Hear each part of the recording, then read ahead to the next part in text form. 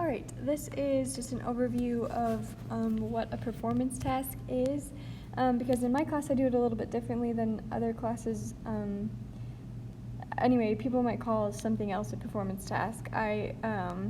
For my class, a performance task is just a project that helps you to show me what you've learned this unit, and I want to be really clear about this. There's a bunch of things, A, B, C, D on here. Those are options, not, you don't have to do everything. Please do not do every single one of these things. You are choosing the one that you want to do, so you do either A or B or C or D. You're just picking one of them. And for these projects in general, I don't intend them to take you more than 2 hours to do. I don't want you to spend your whole life doing these. I think that they're kind of fun and interesting, and they help me get to know you and your interests a little bit better, and also some of your other talents. So just have fun with this. The more creativity, the better. That's actually one of the things that you're graded on in this project. You're graded on creativity, completeness, and showing me what you know about the stuff we learned this unit. So what I'm going to do is I'm just going to go through each of these options. Again, options. Please do not all do all 4. I'm just going to go through each option and explain sort of what it means and show you an example from last year of somebody who did that version, or that option. So option A is to choose a real-life question to answer using mathematical reasoning. Specifically, it should require you to solve or manipulate an equation. This one is super broad, and I realize that, so the examples are going to be really helpful on this one. It says, explain the question or problem that you've chosen to solve, conduct any research you need to gather enough information, and then solve the equation. For each step you carry out as you solve your equation, name the property of real numbers you are using and why it works. So that's the part that's underlined here is the part that applies to this unit that we've learned. This is about the properties of real numbers. So you're just solving an equation, and you're telling me what property of real numbers you're using each step. So because I'm just going to do this one at a time, this is a screenshot of somebody's PowerPoint that they made. I should explain too. Shoot, there's a lot to explain this. Sorry. These become a lot they go a lot smoother once we've done a couple because people get used to it.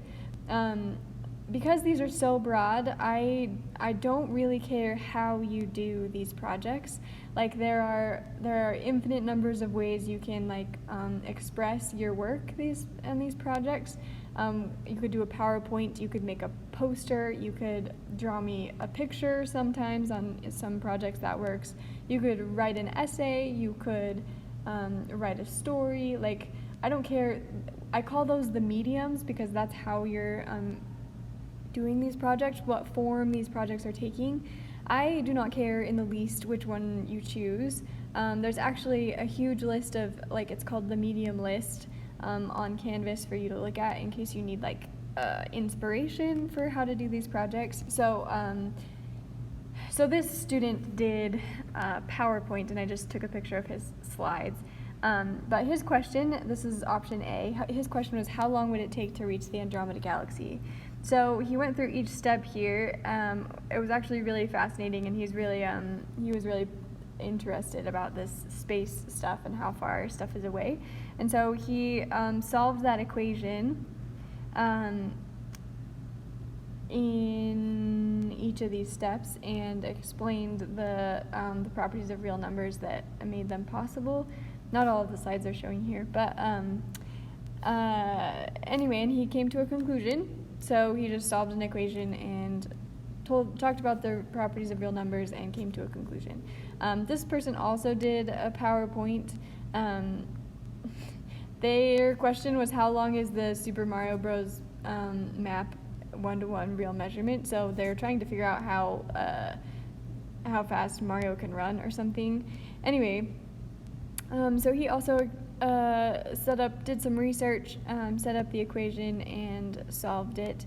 Down here, this is his conclusions. So really interesting. Somebody else did, that's a different project. Somebody else did how many worm on a strings would it take to go around the whole planet? Any random question that would take some math, that's allowed. The only thing that I require there is just as you solve that equation, just explain the properties of real numbers that you're using. So option B is to pick a set of numbers not discussed specifically in class. Describe what kind of numbers are inside your set. So in this one, you're creating a new set of numbers. So you're deciding what goes in your set and what it doesn't go in your set. And then it says name 2 operations under which the set is not closed and 2 operations for which it is closed. Yeah, I also am fine on this one, and I'm going to write this just because I am also fine if you just do whether or not it's open or closed on multiplication, addition, division, and subtraction. I'm okay with that because some sets are not closed on really anything.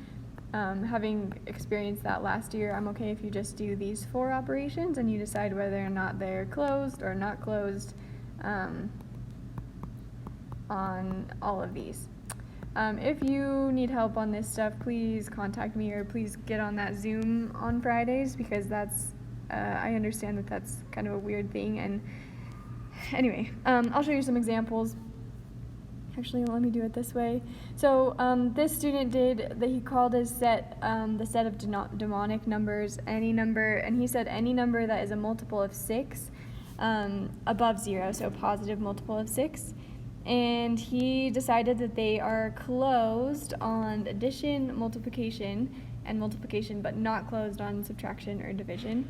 So he just made up that set. That's not like a real set of numbers, but now it is because he made it up and he called it the demonic numbers because it's made out of multiples of 6. This one, I think it was Halloween about when we did this last. That's why the theme is kind of Halloween, but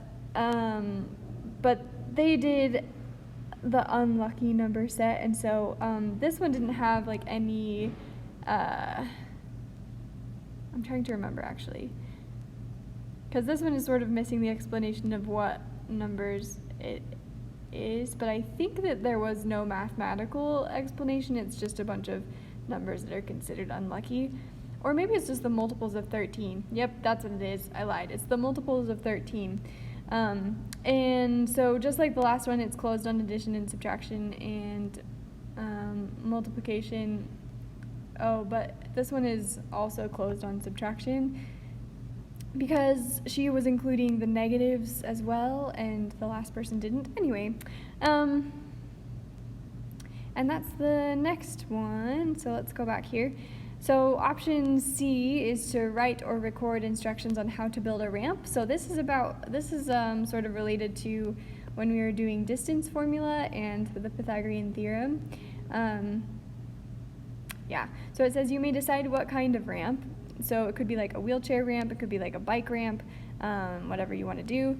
Include instructions for how to find the length of the ramp using how far the base is from the vertical surface. So basically we're just saying use the 2 legs of the triangle to find out how long that is and explain that in your instructions. And you can do a diagram on graph paper to accompany your explanation. You might want to include important recommendations for the steepness of the ramp, how to assemble it depending on its purpose. So obviously a wheelchair ramp should not be as steep as a bike ramp, or if you're like doing a slide down a mountain or something. Anyway, just think about the steepness maybe and what you recommend for that.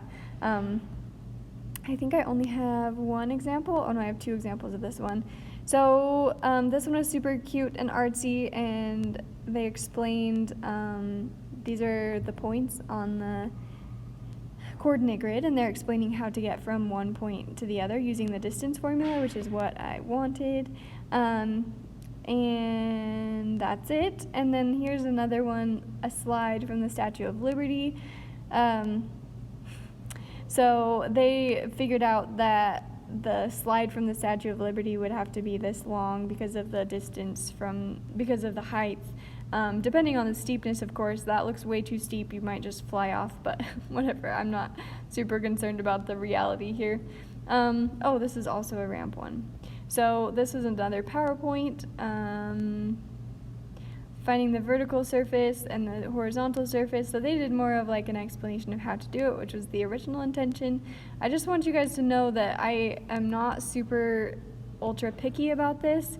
I gave you a bunch of options, but I'm okay if you deviate from those options a little bit. I just want you to get the point across, which is finding the length of between those 2 points for that one. That's the distance. This one is about finding closure, understanding closure, and this is about the properties of real numbers. So if you can get the point across, then I'm okay with you bending what I'm saying a little bit, because that's cool with me.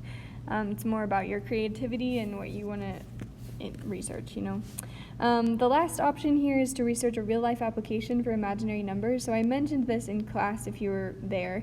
But if not, imaginary numbers have some cool applications, and I don't know all of them, so I really enjoy reading your research on this matter. People have done posters. I'll show you a poster in a minute. People have also written me papers. I don't have a lot of paper examples because they're boring to look at, and I don't want to sit here and read them to you, but I also really enjoy getting papers. So whatever you like to do, pick that medium so that you can have fun with this. Using a medium of your choice, explain this application of real numbers and any interesting facts you may come across in your research. Please keep a record of where you found your information and turn it in with the rest of your project. So just do a works cited page or a list of links or whatever. I just need to know where you're getting your information. Please don't just copy and paste Wikipedia, because I'm smart enough to figure that out, so please don't do that. This is an example of a super cute poster that somebody made. You can see their name. I probably should have taken that off. But anyway, she always makes super cute posters. But this one is about electricity and the application of imaginary numbers in electricity. Super cool. This one is another one. She did just a lot of different applications of imaginary numbers. Electric engineers, mathematicians, physicists, software developers, statisticians, that's a hard one, and economists. Super cool and interesting. So hopefully those examples helped a little bit, and if you have any questions, please contact me. I haven't heard from a lot of my online students yet, so I'm here to help you. I made this, so I know what I want from you. So if you have any questions about what counts or what you should do, please do that. And also, if you need inspiration, look at the medium lists on Canvas. But just please pick one of these, and you're only doing one. Just pick one of them and turn it in by